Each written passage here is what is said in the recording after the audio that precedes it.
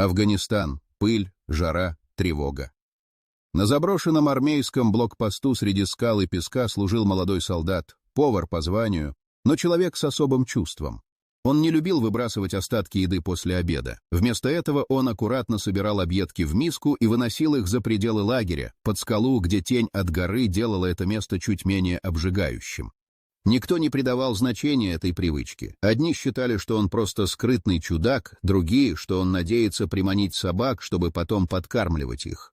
Через несколько недель стало понятно, никакие это не собаки. Из-за камней начали показываться змеи. Тонкие, блестящие, с узорами на спине. Были и маленькие, похожие на веревки, и крупные, в толщину запястья. Они подползали к миске, сворачивались кольцом и ели. Солдат не трогал их. Сидел в стороне и смотрел, как существа из местных легенд доверяют ему свою тишину. Поначалу это пугало. Один из часовых даже поднял тревогу, увидев, как змеи атакуют повара. Но оказалось, они просто приходят поесть. Через некоторое время он начал называть одну из крупных змеек мамой. К ней постоянно приползали маленькие, похожие на детенышей. Он клал пищу по отдельным кучкам, для взрослых и для малышей. Сослуживцы смеялись. Кто-то начал называть его «Снейк-шеф», кто-то «Мудрец с котелком». Сам он не объяснял, зачем делает это. Говорил лишь, им тоже есть хочется. Они же не просили, чтобы война пришла сюда. Но никто не догадывался, что это странное поведение однажды обретет ужасающую важность. В ту ночь он спал, как обычно, в палатке, натянутой между двумя бронетранспортерами. Горячий воздух не давал расслабиться, и он часто просыпался от мельчайших шорохов. В этот раз его разбудил странный звук, как будто кто-то скользил по ткани. Он медленно открыл глаза, но не увидел ничего особенного. Только когда поднялся, чтобы налить себе воды, заметил, на земле тень, крупная, живая, движущаяся. Потом он понял — змея, огромная. Ни одна из тех, кого он кормил, это была массивнее, тяжелая, с характерной каплевидной головой. Она не шипела, не смотрела на него, а словно шла куда-то.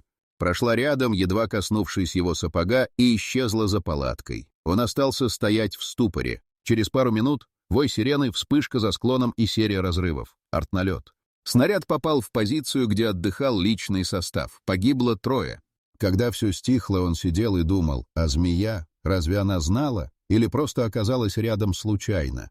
Никто, кроме него, ее не видел. Наутро он рассказал об этом только одному бойцу, и тот посоветовал не болтать, а то за ненормального примут. Но в голове повара уже что-то перевернулось. Он начал смотреть на змей не как на животных. Скорее, как на знаки, или даже существ, которые знают больше, чем люди. Армия не любит отклонений. Особенно в боевой обстановке. Все должно быть по уставу. Шаг влево, допрос, шаг вправо, статья. Когда командир части узнал, что один из бойцов развел питомник из змей, он вызвал его на разговор. Сухой, прямой, неприятный. Повару объяснили, что он подвергает риску себя и остальных. Дикая природа, особенно змеи, угроза. Вспышки страха, паники, возможные укусы. Даже слух о змеях в лагере мог деморализовать личный состав. Он пытался объяснить: «Я не трогаю их, я просто оставляю пищу». Но командование не хотело слушать. Был отдан приказ прекратить кормление, уничтожить возможные гнезда, выжечь место. Его действия расценили как самовольство, а повара перевели временно в другой блокпост. Но это не помогло. Слухи уже начали ходить. Солдаты с других позиций передавали легенду о человеке, которого стерегут змеи. Именно в это время один из сослуживцев втихаря пробрался на кухню ночью, хотел украсть сгущенку и оказался лицом к лицу с 2 змеями под картофельным ящиком. Его увезли в госпиталь в шоке. История докатилась до политрука, но доказать, что повар специально держал змей, не смогли. Легенды живут быстрее приказов. История солдата, подкармливающего змей, разошлась по всему периметру. Кто-то утверждал, что змея обвилась вокруг него, когда начался обстрел, и укрыла от осколков. Другие говорили, будто однажды она укусила талиба, пробравшегося в лагерь. Были даже версии, что змеи сопровождали его на выходы за водой. В армейских госпиталях, куда попадали раненые, рассказы о поваре стали ходячей притчей. Одни верили, другие насмехались. Ветераны позже вспоминали, тогда никто не знал, правда это или нет. Но мы верили, потому что это звучало как справедливость. Эта легенда вплелась в афганский фольклор наравне с историями о волках, спасших разведгруппу, и орлах, уводивших от мины. Слухи росли, но сам повар молчал. В редких разговорах он лишь говорил: «Они не просили нас приходить, но приняли. Я просто их не прогнал». Когда колонна вышла на патрулирование, никто не подозревал, что день закончится трагедией. Повара взяли с собой, он знал окрестности, умел ориентироваться и был просто нужным человеком. В горах случилось то, чего боялись все — засада, взрыв, стрельба, паника.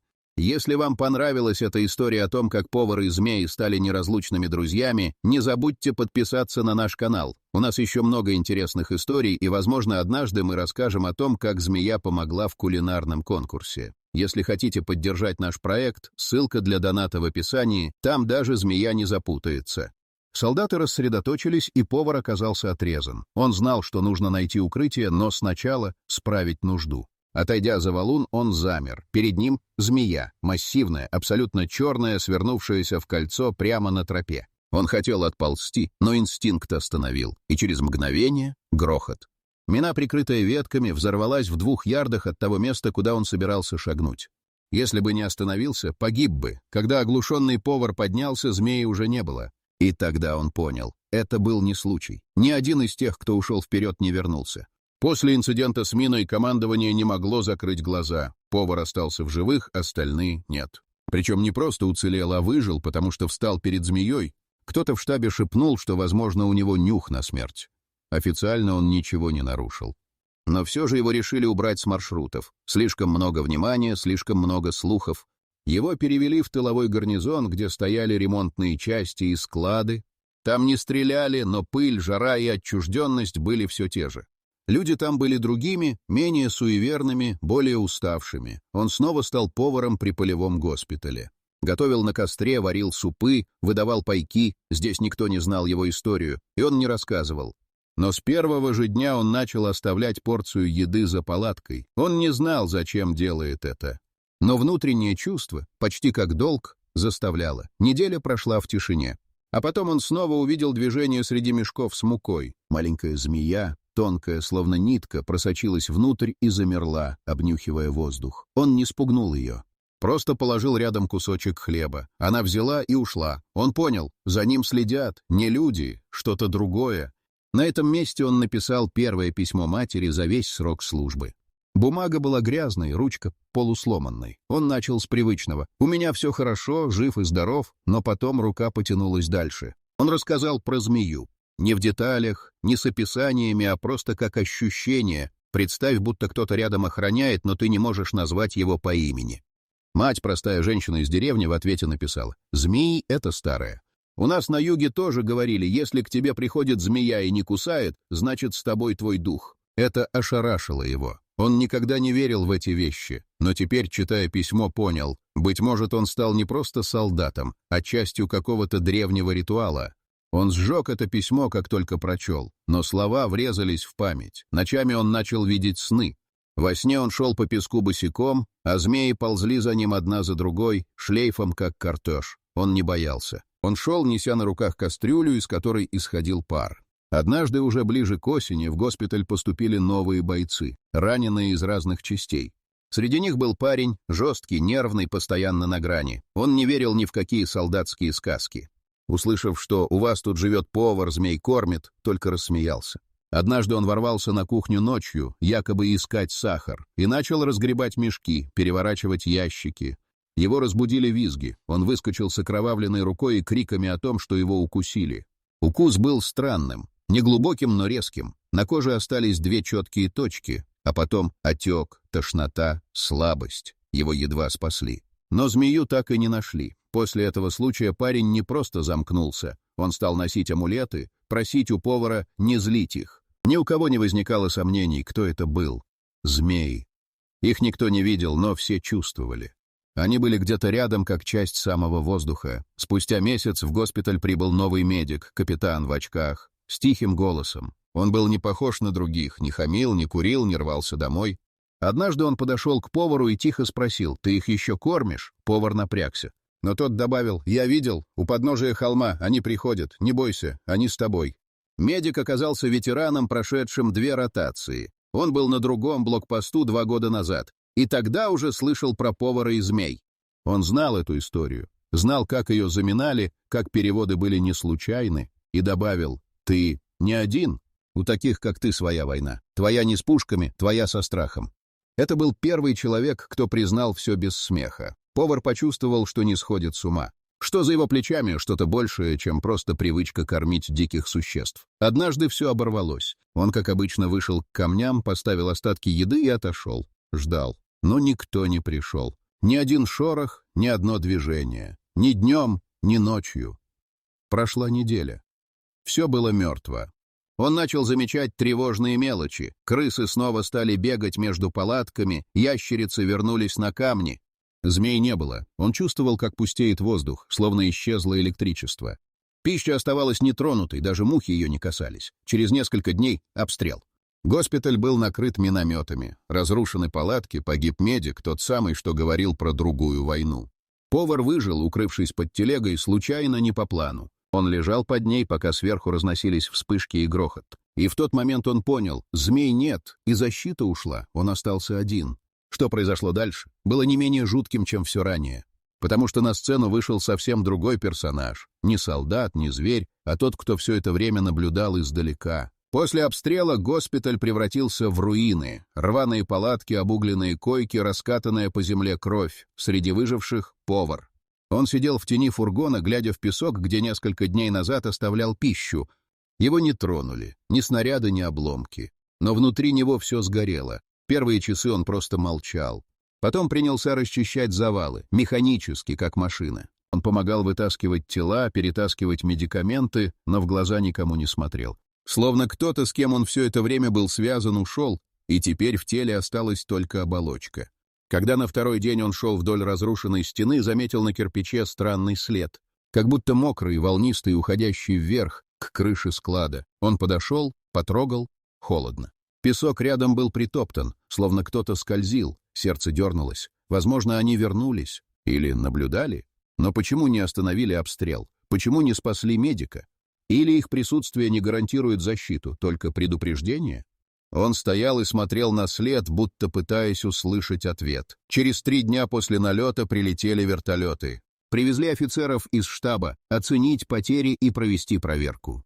Один из них, майор с усталым лицом, увидел повара, подозвал его и сказал: «Ты же тот самый, со змеями. Я тебя помню. Был на южной заставе, 83-й. Ты тогда всех удивил. Говорили: Шизик. Но потом... Ты же тогда выжил, когда снайпер всех положил. Это был ты, да?» Повар кивнул. Неохотно, не с гордостью, да просто кивнул. Майор затянулся сигаретой и сказал: «Я тебе так скажу. За тебя давно уже наблюдают. В штабе кто-то даже делает записи. Не думай, что твоя история прошла мимо.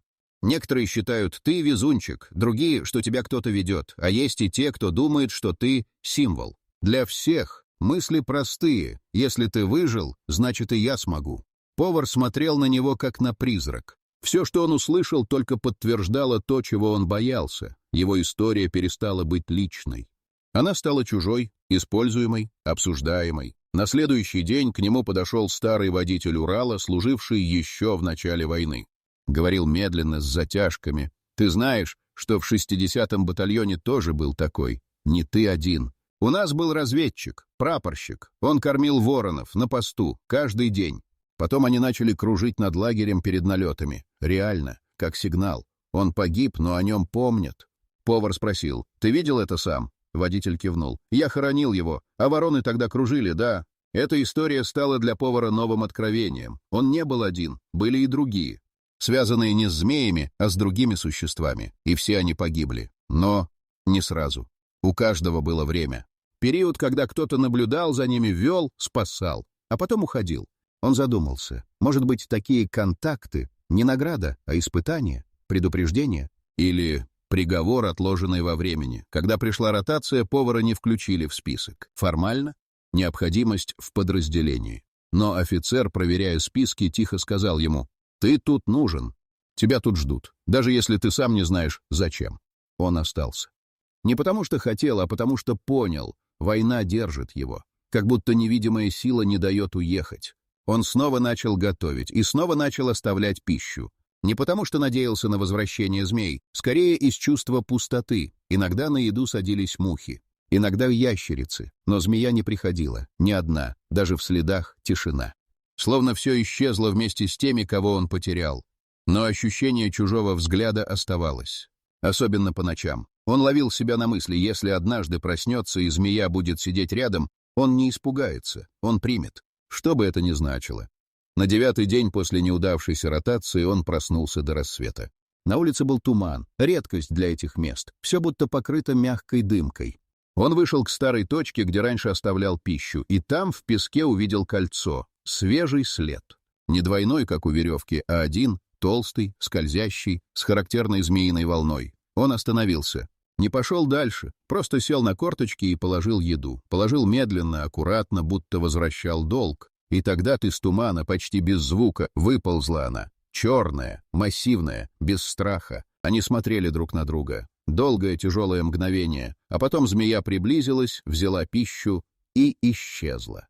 Повар не пошел за ней. Он остался сидеть, чувствуя, как пыль впитывается в сапоги. Это было не возвращение друга. Это было как визит судьи, который долго не приходил, но все же появился, чтобы напомнить: ты на этой земле не один. И ты не вечный. Дальше все станет еще тревожнее, потому что история приближается к тому моменту, когда война перестает быть фоном и становится личной. Смерть снова покажет лицо, и то, что раньше казалось символом защиты, проявит другую сторону. Однажды в госпиталь доставили пленного, молодой, худой, в изорванной одежде. Его нашли в ущелье, связанного и почти без сознания. По приказу штаба его не имели права пытать, но допрашивать можно было. Повар его увидел случайно. Пленный сидел у стены, прикованный к трубе с повязкой на голове. Он казался слабым, будто сломленным. Повар принес ему воды и миску риса. Пленный поднял глаза, и в этот момент все внутри у повара замерло. В этих глазах было нечто. Не страх, не злость, признание. Как будто он узнал его, не как солдата, как того самого. Пленный сказал на ломаном русском: «Ты змея. Я знаю. Ты живой дух горы. Ты не умираешь». Эти слова повар не забыл. Его затрясло. Он выбежал наружу, не сказав ни слова. С тех пор он больше не приближался к пленному, но каждый раз, проходя мимо, чувствовал этот взгляд, как будто глаза смотрели не на лицо, а сквозь грудь. Через несколько дней случилось непоправимое. В госпиталь приехал новый командир роты. Жесткий, молодой, самоуверенный, он начал наводить порядок, заставляя всех маршировать, убирать территорию, сдавать отчеты. До повара он добрался быстро. «Что это ты, боец, каждый день пищу за склад таскаешь? Зверей прикармливаешь? По уставу? Самовольство. Завтра чтоб ничего не было. Понял?» Повар молча кивнул. Но на следующий день снова вышел и положил еду. Как всегда, командир увидел это. И устроил показательное выступление. Он взял еду, отбросил ее ногой в сторону и сказал: «Хватит играть в шамана. У нас тут война, не цирк». А потом пошел по тропе вглубь за склад. Через 50 ярдов взрыв. Сработала мина, забытая с прошлых зачисток. Тело нашли в 3 частях. Командир погиб мгновенно. Никто не сказал ни слова. Ни один солдат. Только один из старослужащих прошептал. Они предупреждали. Но он не услышал. Через сутки, под утро, повар снова вышел. Он ничего не нес, просто встал у скалы. Туман снова лег на землю. Из-под камней выползла змея. Та самая, черная. Она не приближалась. Просто смотрела. Долго. Затем развернулась и поползла прочь. Плавно, как в замедленном сне. Повар почувствовал, что это прощание. Он не стал преследовать, не стал звать. Он просто встал, собрал камни, выложил их кругом и поставил в центр миску. Пустую. На этот раз без еды. Просто знак. Память, прах. Той ночью он не спал. А утром солдаты нашли этот круг разрушенным. Камни были разбросаны, миска разбита. Как будто что-то большое и сильное прошлось по этому месту. Но ни следов, ни шума никто не слышал. Это было последнее проявление. Год спустя он вернулся домой. Демобилизован, с 3 орденами и ни одного ранения. В поселке его встречали как любого ветерана, без парадов, без речи. Он устроился в столовую тракторного завода. Жил один, не пил, не курил, не рассказывал о войне. Только однажды, ночью, соседи заметили. Он вытащил на двор тарелку каши и поставил ее у сарая. Утром миска была пуста, но дождя не было. И кошек в округе тоже. Он никогда не рассказывал детям и внукам, почему делает это. Просто повторял: не все можно понять. Иногда надо уважать, даже если боишься. Спустя много лет в интервью журналист задал ему вопрос: «Вы действительно верите, что змеи вас спасали?» Он улыбнулся, не насмешливо, с тяжелой взрослой страшной улыбкой, и сказал: «Я не знаю, кто они были, Но я знаю, кто остался в песке, а кто вернулся. И еще знаю, что нельзя брать, не отдавая. Я им дал еду, а они — мне время. Эта история, несмотря на свою невероятность, все еще вспоминается среди ветеранов. Одни считают ее выдумкой, другие — легендой, третьи — правдой, которую нельзя зафиксировать ни приказом, ни отчетом. Но каждый, кто служил в той войне, слышал о поваре, который кормил змей, и который однажды остался в живых, когда умерли все. И пусть песок давно осел, а палатки разлетелись по ветру, в памяти остался один круг камней. И пустая миска. Спустя годы, когда он уже давно жил в деревне и работал в местной столовой, началась странная череда событий. Несколько ночей подряд он просыпался в одно и то же время, без звука, без причины. Просто садился на кровати и смотрел в окно. В темноте он слышал нечто, будто слабое шипение, еле уловимое, не пугающее. Он выходил во двор, и его собака, обычно спокойная, каждый раз ложилась у его ног и тихо скулила. Он ничего не говорил, просто стоял, иногда полчаса, иногда до рассвета. Потом возвращался в дом, будто выполнив некий долг. Ни одному соседу он не рассказывал об этих ночах. Но однажды сказал фельдшеру: «Когда они зовут, нужно встать, даже если ты уже далеко». На местном кладбище иногда появлялся мужчина в военной фуражке, которого никто не знал. Он приходил к определенной могиле, стоял молча, затем уходил. Однажды его узнали. Это был бывший сослуживец повара, седой, сухой, с трудной походкой. Он рассказал местному священнику, что повар спас ему жизнь, вытолкнул из палатки за секунды до взрыва. Он знал, просто сказал: «Выйди», я не спорил.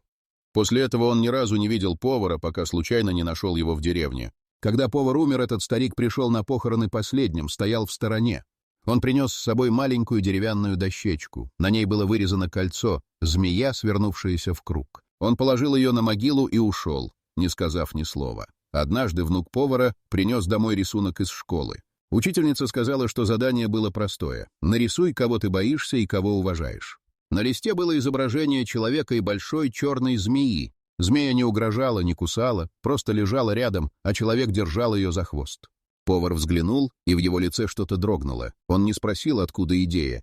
Просто взял рисунок и повесил над кроватью. Потом сказал внуку: «Боязнь — это не враг. Настоящий враг — забыть, что ты жив». С тех пор внук не рисовал животных, только лица.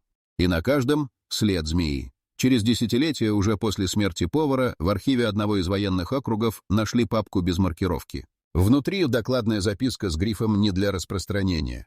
В ней описывалась аномальная активность змей в районе блокпоста 212, свидетельства бойцов о взаимодействии с представителями фауны и непрямые факты вероятной связи между поведением пресмыкающихся и безопасностью личного состава. Подписей не было, только инициалы. И одна последняя строка, написанная от руки: «Некоторые бойцы получают защиту, которую мы не понимаем». Возможно, она дороже любой брони. Год спустя после его смерти, во время очередной вспашки земли у старого сарая, тракторист нашел в земле металлическую миску. Пустую, без ржавчины, с вмятиной на боку, как будто кто-то берег ее от времени. Хозяйка дома, вдова повара, узнала ее. Это была та самая, которую он когда-то привез из Афганистана, но потом потерял. Миску положили на полку в доме. С тех пор каждую весну у порога кто-то оставлял змеиный след. Один, четкий, исчезающий к лесу. Никто его не видел, но каждый в деревне знал, он вернулся не случайно. Истории заканчиваются, но следы остаются, и среди этих следов не только человеческие. Спустя почти 30 лет после вывода войск из Афганистана группа альпинистов, исследовавших заброшенные военные объекты в провинции Лагман, наткнулась на металлический контейнер, наполовину вросший в землю. Он был весь в песке и пыли, без опознавательных знаков, внутри пусто. Только старая миска, армейский котелок и аккуратно свернутая записка. На листке было всего 4 слова, написанные чернилами, уже выцветшими, но все еще различимыми: «Кто дает, живет». Исследователи не поняли смысла, но спустя полгода фото находки появилось на форуме ветеранов. Один из них ответил коротко: «Это не мусор, это маяк». В 2000-х американский патруль, дежуривший неподалеку от старых советских позиций, начал фиксировать на камерах ночного видения странный силуэт. Он появлялся раз в несколько дней, длинное скользящее тело, перемещающееся с неестественной скоростью между скалами. На тепловизоре он был ярче всего остального, как будто не терял тепло. Но ни один из бойцов не мог поймать его или хотя бы увидеть глазами. Один из техников, бывший спецназовец, посмотрев записи, сказал: «Это не техника, это старая, очень старая». После этого весь блок наблюдения был передан под контроль разведки, а через неделю замолчал. Журналист, писавший статью о необъяснимых историях времен Афганской войны, нашел повара в списке демобилизованных. Имя было, личное дело пустое, почти все стерто. Только краткое упоминание о госпитале, незначительные награды и приписка. Перемещался по ротации в соответствии с внутренним распоряжением. Без подписи, без даты.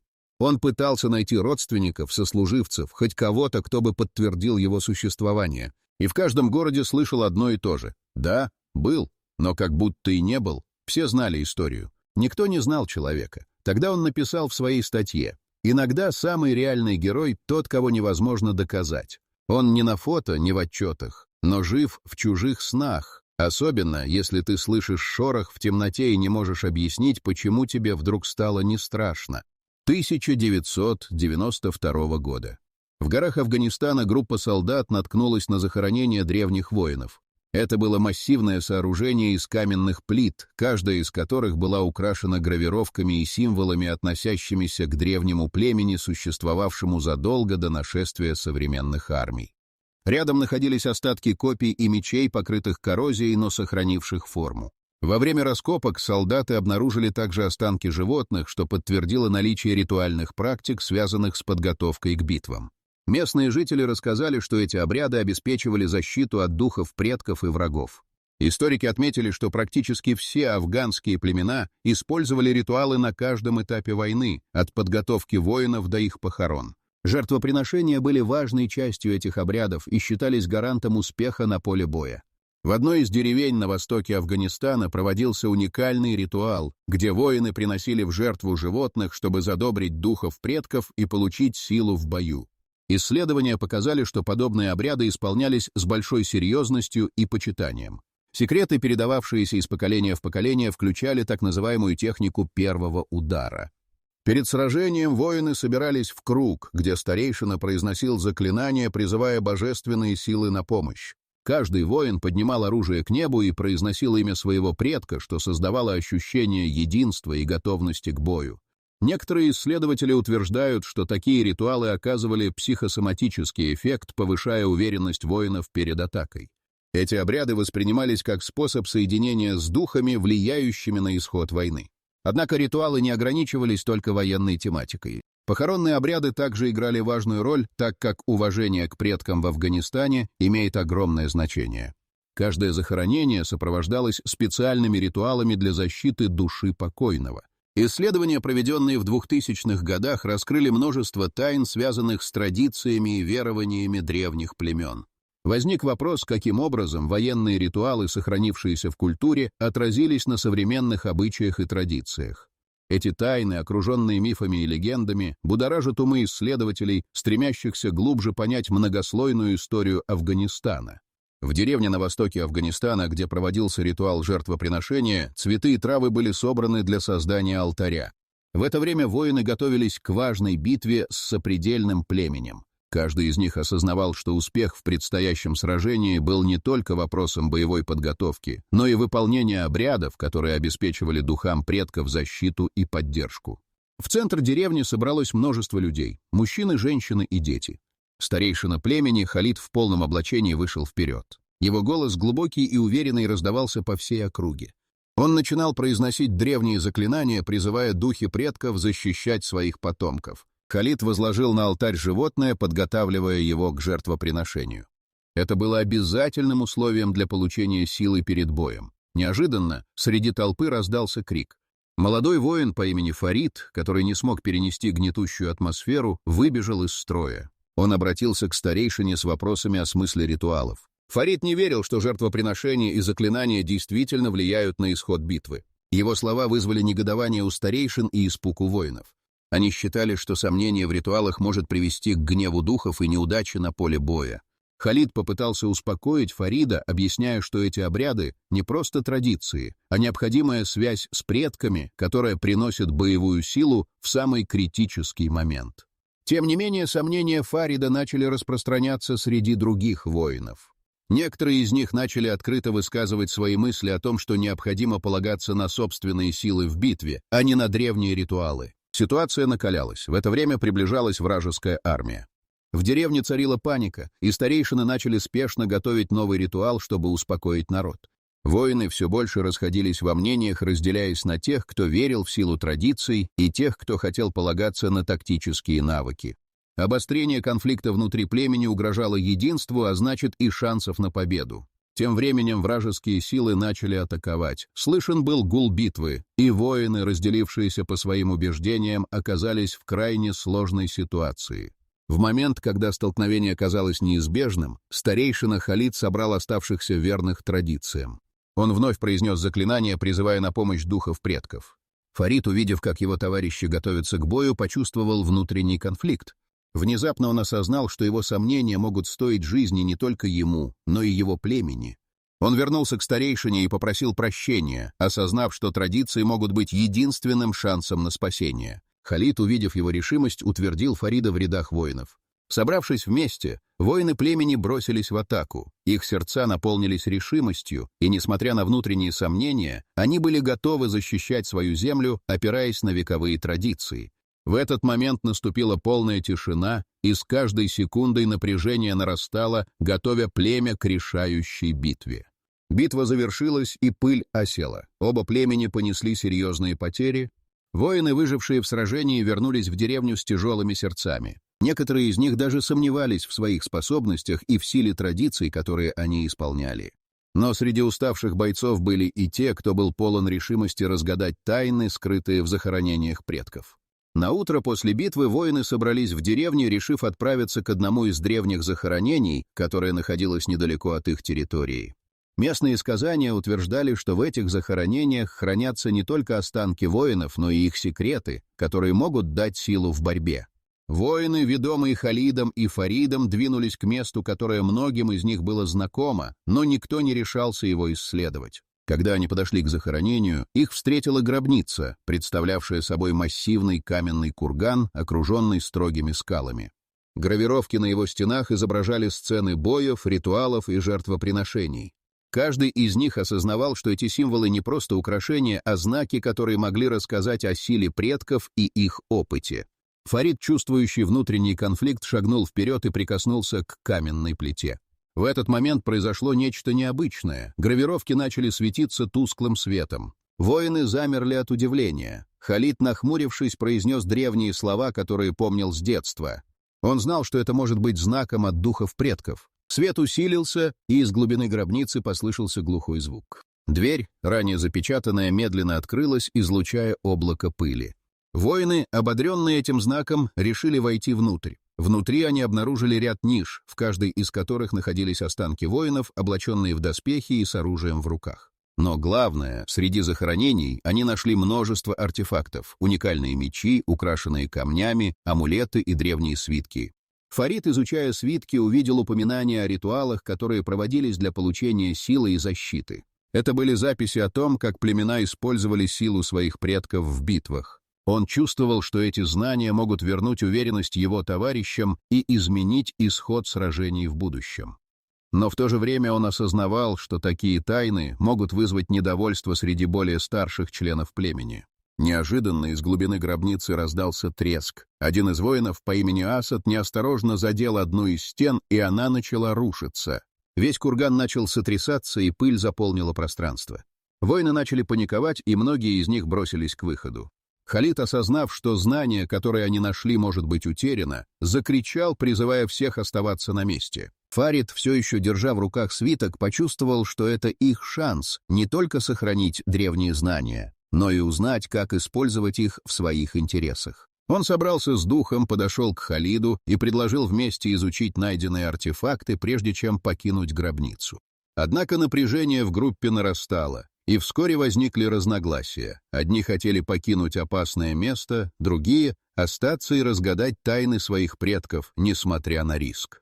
Ситуация накалялась, и каждый воин понимал, что решение, которое они примут здесь, определит их судьбу и будущее племени. Внутри гробницы царила полутьма, освещенная тусклым светом, исходящим от древних артефактов. Напряжение в воздухе ощущалось, когда воины делились мнениями. Халид и Фарид стояли в центре, обсуждая, как поступить дальше.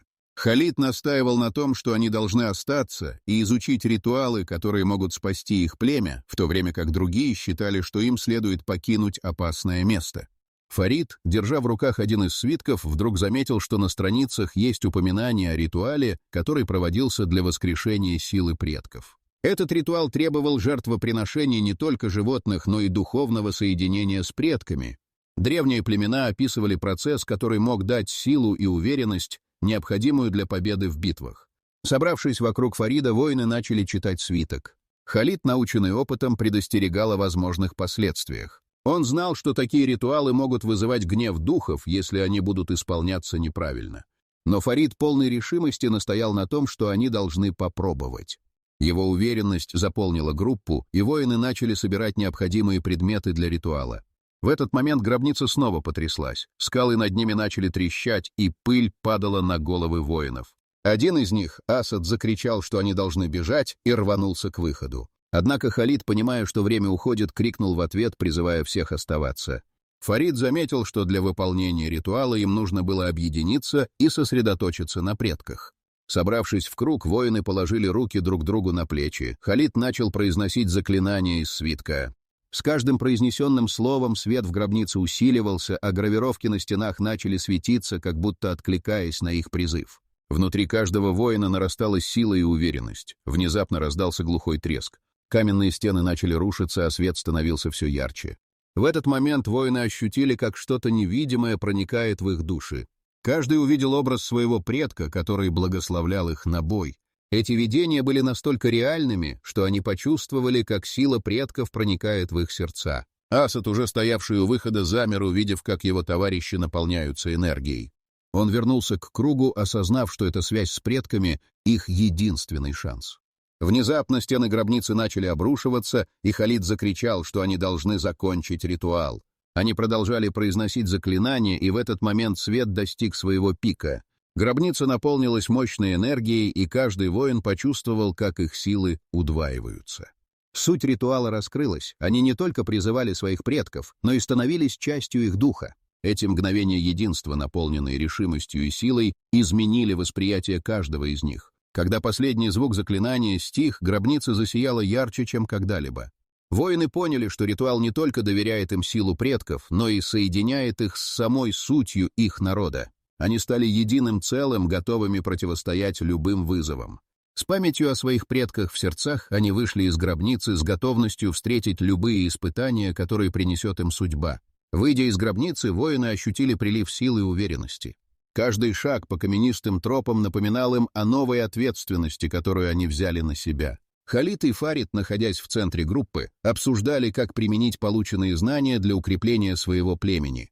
Они понимали, что проведенный ритуал стал важным шагом для обновления их традиций. По возвращении в деревню они собрали всех членов племени. Халид подробно рассказал о ритуале, который они провели, акцентируя внимание на том, как он укрепляет связь между воинами и предками. Фарид добавил, что необходимо адаптировать древние обряды к современным условиям, чтобы они оставались актуальными. Члены племени начали активно обсуждать, как интегрировать эти ритуалы в повседневную жизнь. В результате они решили проводить регулярные собрания в честь предков, где каждый воин мог делиться историями и мыслями. Это не только помогало сохранить традиции, но и укрепляло связи внутри сообщества. Обряды стали важной частью их культурной идентичности. Спустя несколько месяцев племя заметно сплотилось. Воины, вернувшиеся с полей боя, собирались не только для обсуждения опыта, но и для почитания памяти павших. Они проводили жертвоприношения, как это делали их предки, завершая церемонии пением и танцами. Эти обряды создали атмосферу единства и поддержки. Старейшины племени отметили, что новые традиции, основанные на древних ритуалах, стали основой для их выживания. Фокус на взаимопомощи и единстве укрепил их позиции в борьбе с внешними угрозами. Коммуникация и взаимодействие между членами племени значительно улучшились. Время шло, и племя стало известным за пределами своих границ. Их ритуалы привлекали внимание исследователей и антропологов, желающих изучить древнее наследие. Как видим, даже солдат, кормящий детенышей змей, мог стать героем. Если вам нравятся наши истории о смелости и единстве, Не забудьте подписаться на канал. А если хотите поддержать проект и нас, ссылка для доната в описании или просто наведите камеру на QR-код на экране, мы будем вам очень благодарны. Племя стало символом силы и единства, вызывая восхищение и уважение не только среди соседей, но и за пределами региона. История о воинах, которые восстановили связь с предками, распространилась, и другие общины начали адаптировать их практики. Новой традицией стало объединение племен для совместных обрядов, что увеличивало уважение и сотрудничество между различными народами. Каждый воин, переживший эти события, сохранил в сердце память о ритуале, который изменил их судьбу. Это была история не только о выживании, а о том, как древние традиции могут влиять на современность. Они осознали, что сила предков заключается не только в их духах, но и в наследии, которое они должны передавать будущим поколениям. С каждым ритуалом они продолжали укреплять связь с прошлым, создавая яркое будущее для своего племени.